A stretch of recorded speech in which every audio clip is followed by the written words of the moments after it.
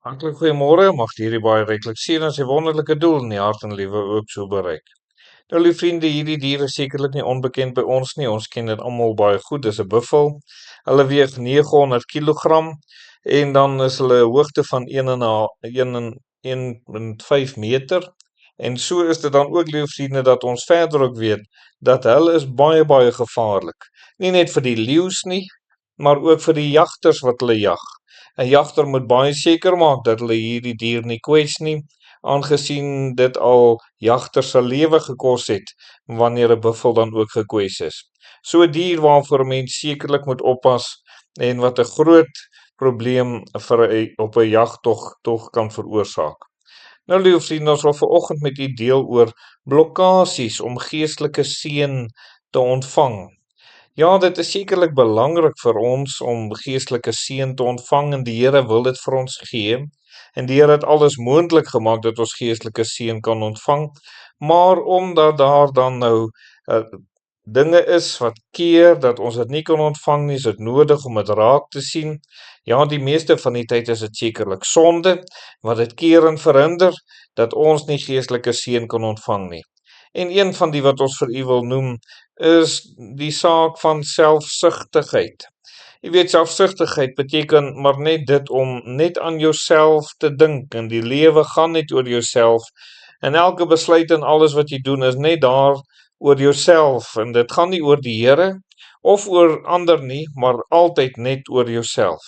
In Lukas 12 vers 19 lees ons hierdie woorde: en ek sal vir my siel sê, siel, jy het baie goed wat weggesit is vir baie jare, neem rus, eet, drink, wees vrolik. Maar God het aan hom gesê, jou dwaas. En hierdie gelykenis het die Here vertel om daarop te dui dat daar mense is wat net vir hulle self leef. Hulle leef net vir hierdie lewe. Hulle leef net vir die tydelike dinge. En hulle leef nie 'n lewe vir God nie. Hulle dink nie daaraan om dit wat hulle het aan te wend tot eer van die Here nie. En liewe vriende, dit veroorsaak dan dat hulle so in 'n selfsugtigheid kom dat hulle nooit geestelike seën kan ontvang. Inteendeel, hulle ontvang nie eers die ewige lewe oor hulle net nie op 'n plek kom om die Here aan te neem as hulle verlosser en saligmaker nie.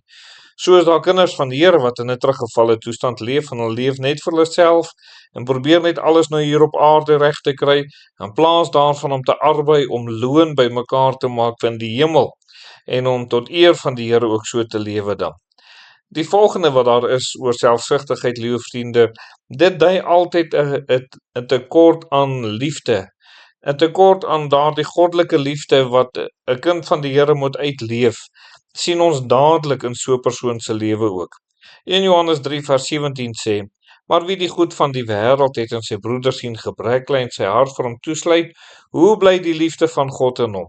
Liewe vriende, ware liefde van die Here is sekerlik om ander ook raak te sien en ander ook te help en ook so by te dra dat ander by die Here mag uitkom.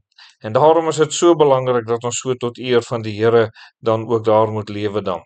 En dan, liewe vriende, die derde is wat ons seker aan enige iemand moet sê wat in selfsugtigheid leef is, om dit te sê, jy gaan maai wat jy saai.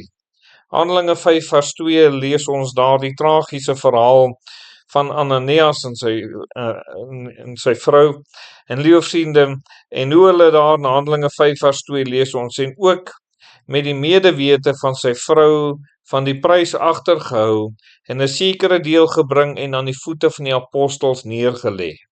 En liewe vriende, en dit is nou die verskriklike saak dat hierdie man en vrou het ooreengekom om 'n stuk grond te verkoop, geen probleem daarmee gewees nie. Hulle het toe nou besluit om 'n sekere deel te gee, daarso en dit vir die apostels duidelik en vir die gemeente duidelik te maak dat hulle het dit gegee en daarmee ook nie 'n probleem nie. Maar wat toe die probleem was is dat hulle het 'n leuen vertel oor die bedrag wat hulle gegee het.